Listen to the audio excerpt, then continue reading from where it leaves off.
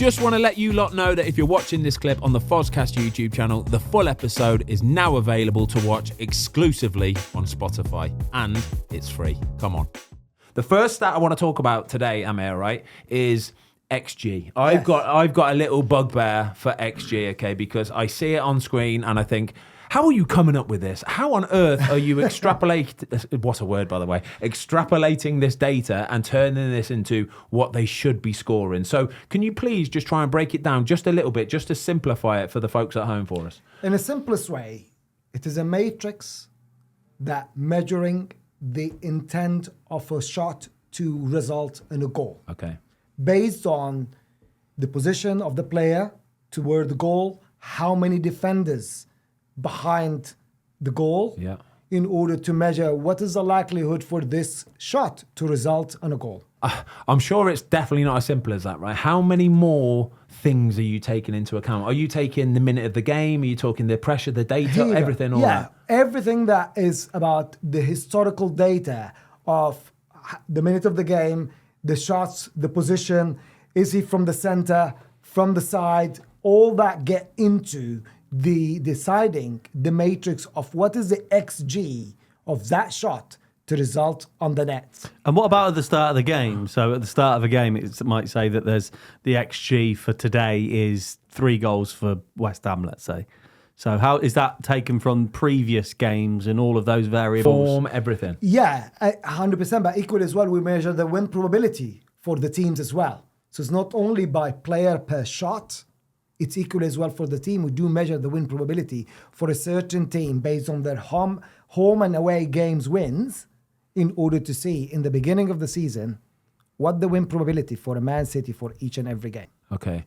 I'm still not fully sure I'm on board with it because I think the reason why I sort of sometimes struggle with this XG, right, is I think sometimes it's the pressure part of it. It's that moment in the game, do you know what I mean, where stats and science for sure will have a massive part to play in football. They already do. Everybody knows this.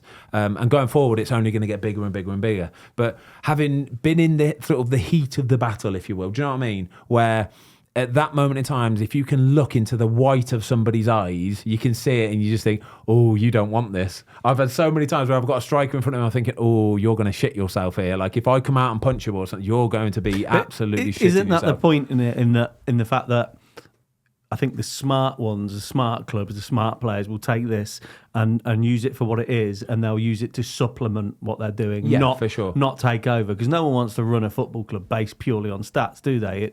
No, 100%. And again, let's kind of make it clear. Data and insights is to give us as a fans and give the players what is the likelihood for a certain event to happen. But we know sports is unpredictable. Yeah, for sure. We know that at the end of the day, at the end of that shot is a human being who are shooting the ball, and there is a amazing goalkeeper in the goalkeeper try to save that ball.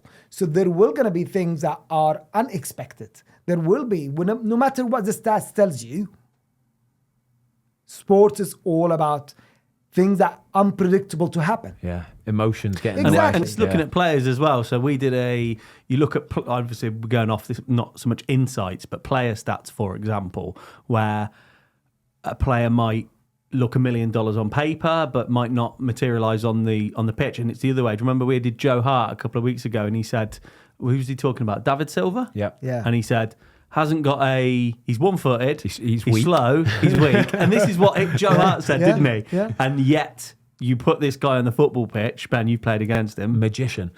Absolute magician. Yeah. And I think this is the part where, like, I fully agree with everything with stats, because I'm actually quite a big I love all these sort of stats, and we're going to talk about some of these stats that you got in front of you at the minute, because we're looking at what Oracle is starting to do is these milestone awards as well, and you've got this spreadsheet in front of you here. So we're going to take this one, for example, here, right now. It's Harry Kane, okay? And it's a milestone, basically a spreadsheet of absolutely anything this guy has ever done on the pitch. So if Harry Kane has picked his nose on the pitch, there's a little list here somewhere. I'm joking. But it is that detailed, isn't it? It's ridiculous that it has got every tiny little thing that Harry Kane has ever done and you can see it there in front of you on a spreadsheet or a click down button, and you can delve into the tiniest of details, can't you? Yeah, I mean, again, this is another great example in terms of how data are bringing fans closer to the game to start enjoying it slightly different.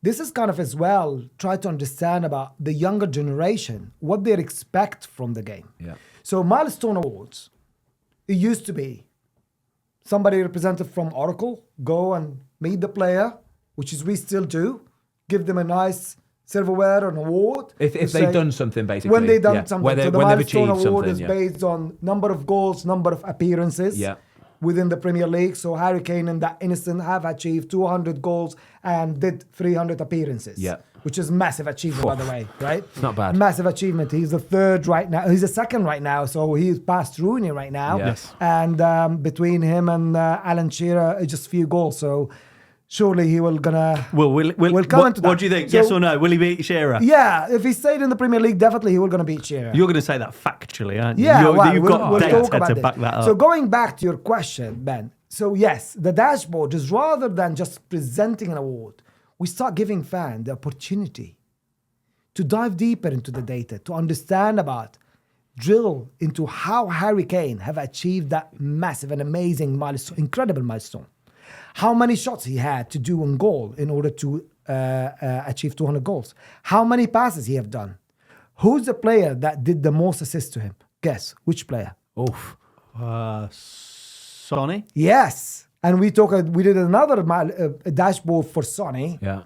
And we looked at who's the player that did the most assists to Son. Harry Kane. Harry Kane. Love that. Here you go. Dream so you team. start getting to enjoy as well, just rather than just saying like, yeah, Harry Kane have achieved 200 goals, well done, yeah. But no, you got into the data. Which team he scored the most against? Which goalkeeper he scored the goal against? Ben? What the percentage? Who is the goalkeeper who scored most goals against? Let's have a look. Go on, scroll Let's down. have a I want to look. see it scroll down in here. Yes. I think he scored a fair few past me, you know. I think he scored, well, You think he scored? You probably got it in front of you right there, right now. 7. He scored Casper. 7 goals past me. 7 goals against you. But then that might, it depends when this was taken. Kasper Schmeichel. Casper. Wow, yeah. Look at this. So this has got, this has got absolutely everything. 14 against Casper. That, I mean, you got to remember Casper's played in the league forever, hasn't he? Yeah, for sure. And he scored against Leicester the most as well, and that's kind of another... Let me just read out. So let me just read out some of the actual sort of stats that you can access. And this is just one page of an absolute load of them as well. So total shots for Harry Kane, 1,132, time of writing, that is. Shots on target, 500. Shooting accuracy, 44%. Wow. This is his whole Premier League career, by the way, we're talking here. With shooting accuracy, is that shooting accuracy on target or accuracy... Is that conversion? Is that the accuracy that's in the back of the net? No. It includes them, yeah. So if he hits the target, it counts as a shot on target. okay. It's quite simple. It is And you simple as got that. the head, the left foot, the right foot as well. And then it goes into more detail. So of his 1,132 shots, you get to see exactly how many headers he's had. Yes. 183 headers, 47% of his headers go on target. Thanks everybody for watching. We hope you enjoyed this clip of the Fozcast. If you would like to watch the full episode, it is now available exclusively on Spotify for free.